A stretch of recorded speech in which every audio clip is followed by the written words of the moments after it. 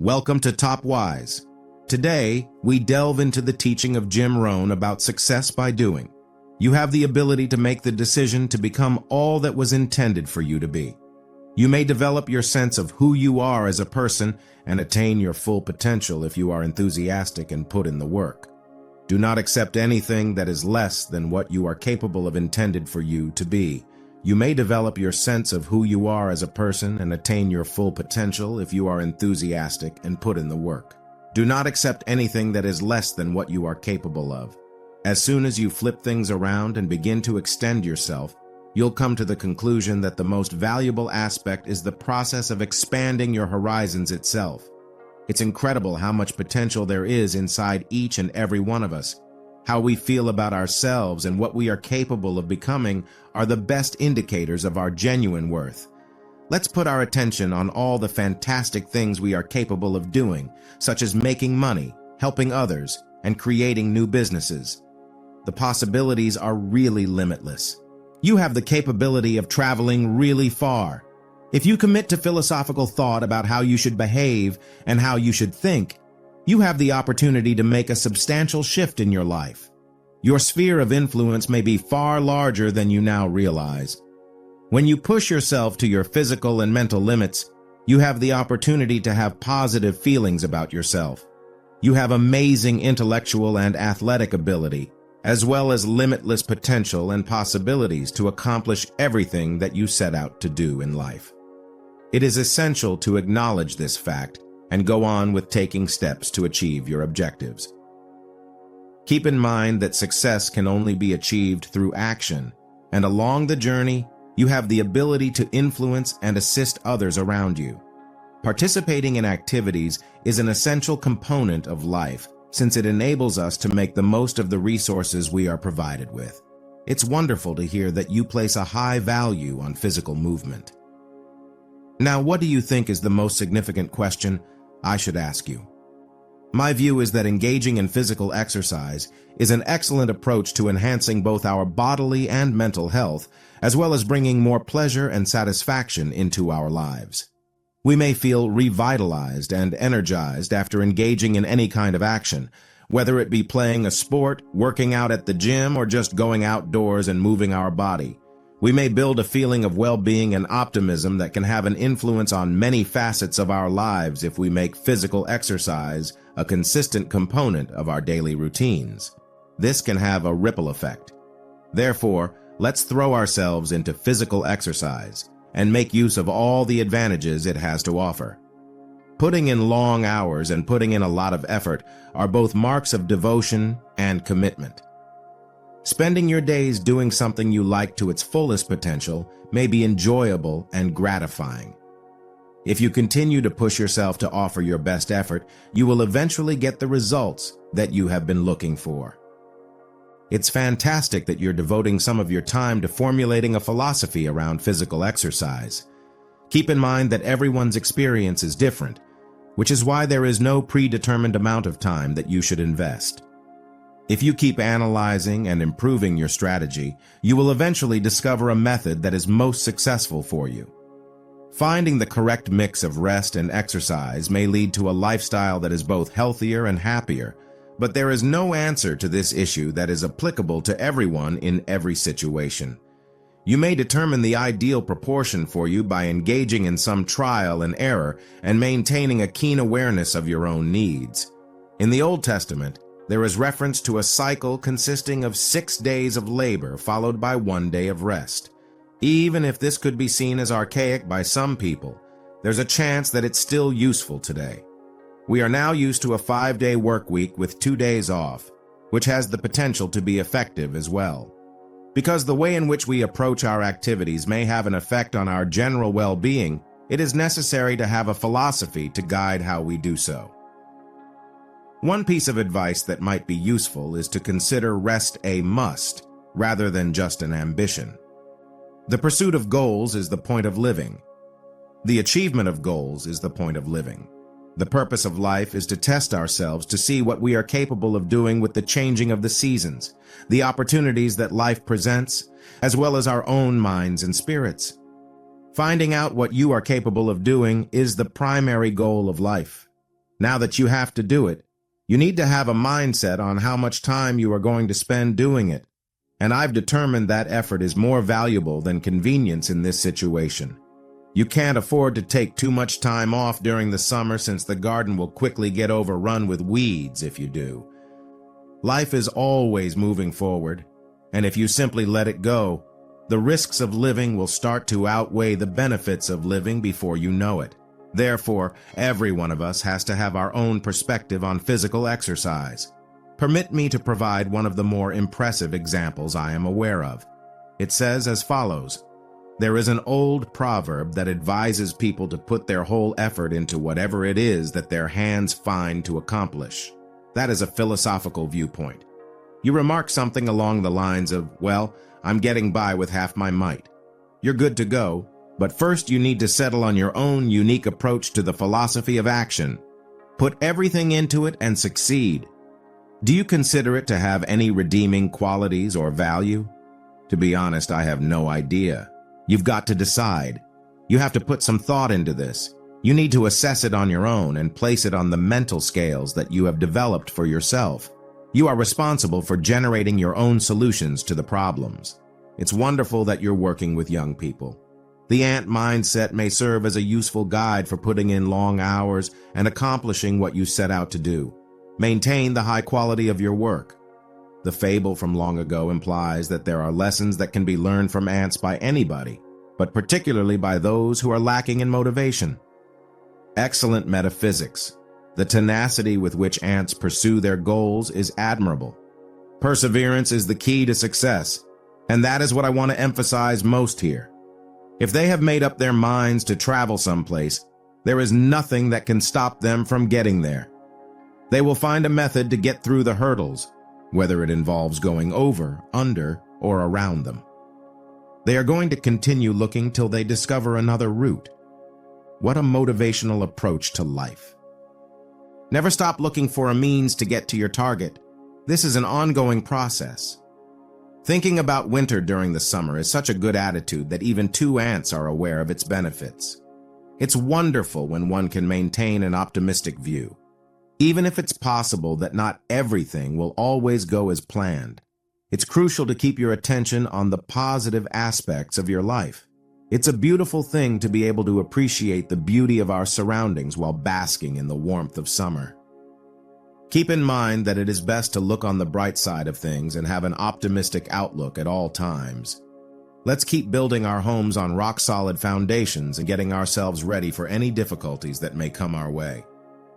You may choose to think like a rock rather than sand and sun, which is the third essential philosophy to understand. Even in the dead of winter, ants are already planning for the next summer, which is a very significant behavior. Throughout the winter, I'm sure they keep telling themselves that it won't continue forever, and that they'll soon be back out here. What a clever approach to philosophy. What an upbeat and optimistic outlook. Before we know it, we'll be on our way out of this place. The long-awaited first warm day has arrived. They are out and about, basking in the warmth of the sun. They will come back out as quickly as possible, even if the temperature drops again. It's wonderful to see how enthusiastic and ready they are to take advantage of the warmth. This is a nice reminder to have a happy attitude and to constantly look forward to the pleasant things that life has to offer. Let's take this as a lesson in leadership and work toward being more like these animals, who are constantly eager to get started on what they've been working on. The individual is really excited to get started, and this marks the beginning of a turning point in his life. He is now inspired to go forward and make things happen for himself and others. Let's wrap out our series on ant philosophy on a good note with the last ant saying, "The summer is the best time for an ant to stockpile food and other supplies in preparation for the colder months ahead." It's fascinating to think about the do the best you can mentality that ants have. It's wonderful that you're contemplating your beliefs about how much work you need to put in. Always keep in mind that you have the ability to regulate both your thinking and your assessment. It could be a significant question, but if you have an optimistic perspective, you'll be able to locate the solution that's most suitable for you. When you were 25 years old, Shelf provided you with some excellent guidance. Remember to do everything you can. Read as many books as you possibly can in the next half year, despite the constraints of your schedule. Every book that you read will be of some use to you. It's never too late to pick up a copy of Napoleon Hill's classic, Think and Grow Rich. Even if it's possible that this person was unaware of it in the past, he now has the chance to study it and put the lessons it contains into practice in his own life.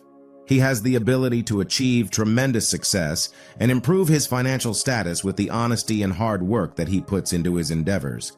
The fact that you didn't get the book was probably a setback, but the world is full of innumerable more treasures just waiting for you to discover them. Regarding the individual who brings in a yearly income of $50,000, it is wonderful that he is able to care for his family as well as settle his financial obligations. In spite of this, there is always scope for development and enhancement.